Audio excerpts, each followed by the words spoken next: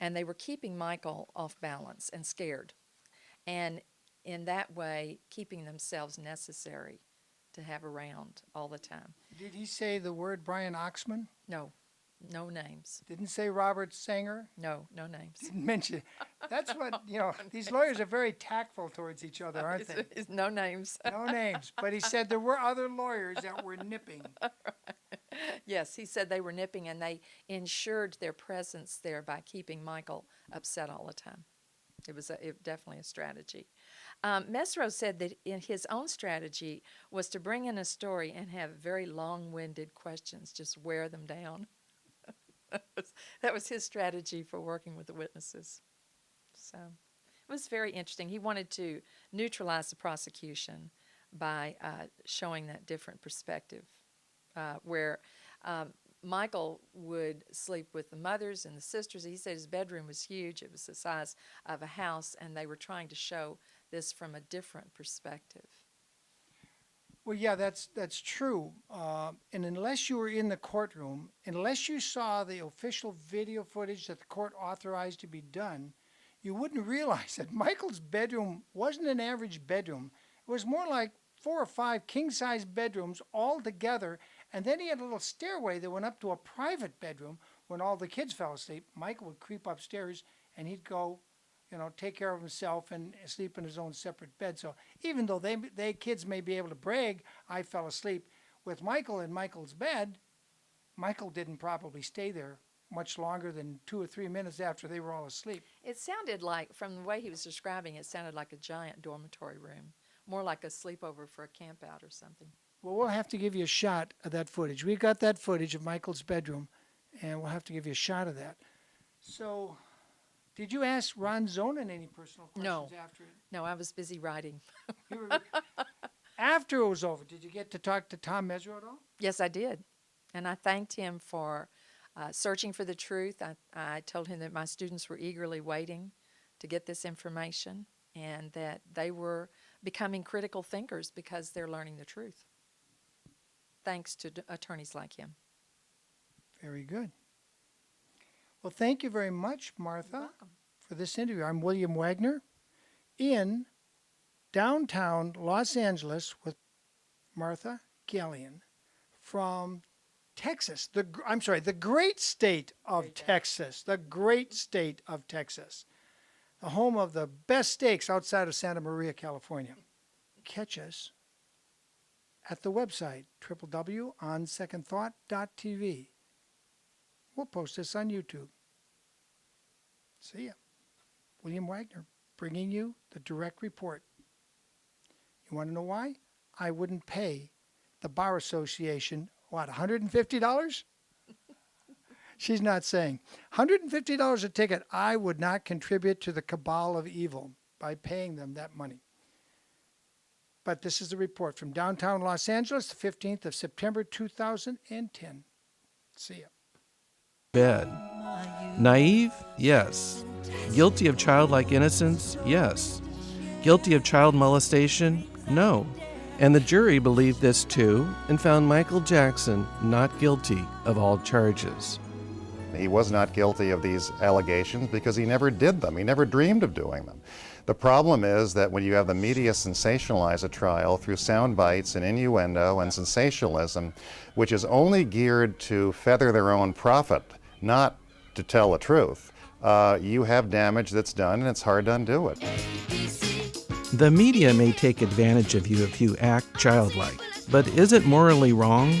Here's Michael's case for the importance of childlike innocence. Like the Bible says, and a child shall be leader of them all, And to be led by that kind of innocence. Didn't Jesus say, bring on the children? Behave like the children, Not childish, but childlike. To have that kind of innocence. I think God outdid himself when he created children. In fact, Jackson believes that it's important for him to maintain a childlike nature, not just to enjoy life, but to get to the source of his professional inspiration. In everything I do, everything from the performance to the songwriting, to the choreographing, to the directing, everything that I do is inspired from the children. Celebrating Michael's victory! While Michael Jackson is inspired by the children, when the Bashir documentary, Living with Michael Jackson, came out in 2003, there was a big media and tabloid blitz about his relationship with 13-year-old Gavin Arvizo and about Michael's unorthodox thoughts about sleeping arrangements. Why can't you share your bed? The most loving thing to do is to share your bed with someone. You know? You really think that? Yeah, of course. You're taking the position that you use every single night that you go into. You sleep, and you're sharing it with another. You say you can have my bed if you want. Sleep in it. My first meeting at Neverland was with Bob Sanger, one of Jackson's longtime attorneys. He told me about the accusations made by Gavin Arvizo and his family. He said that Gavin and his brother claimed that Michael had molested Gavin and that additionally the whole family maintained that they'd been held hostage at Neverland and not allowed to know the time. Sanger and the Neverland staff gave me a tour of the estate.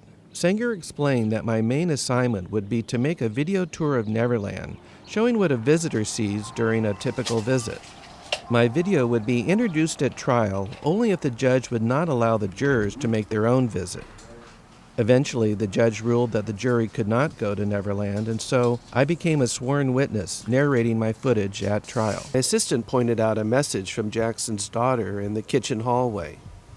In this touching note from Paris Jackson to her father, she expresses her love and best wishes to her daddy, whose health declined from the stress of the trial.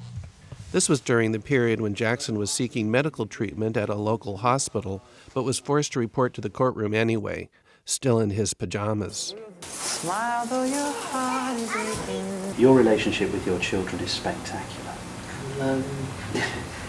And in fact, it almost makes me weep. Thank you so much. And everybody who ever comes into contact with you knows that. I'm crazy. I would die for them. I'm crazy about them. And I tell them. I look into their eyes every day. I make sure I do it. I say, look at me. I say, I love you very much. In the eyes. What they actually say to you is they love you and you say, I love you more. That's what you say every single time. Part of my assignment featured the video library and extensive book collection. Michael was a voracious reader, and he had a collection of over 10,000 books. One thing I'm really obsessed with, just a fanatic for, is knowledge. I love it. I love learning. When I sit in my rooms, I love to read and research. The book collection was an issue at trial because the sheriffs, during their surprise visit, had gone through every closet, every nook and cranny, thoroughly searching for child porn or any type of incriminating materials. They even broke into various safes on the property.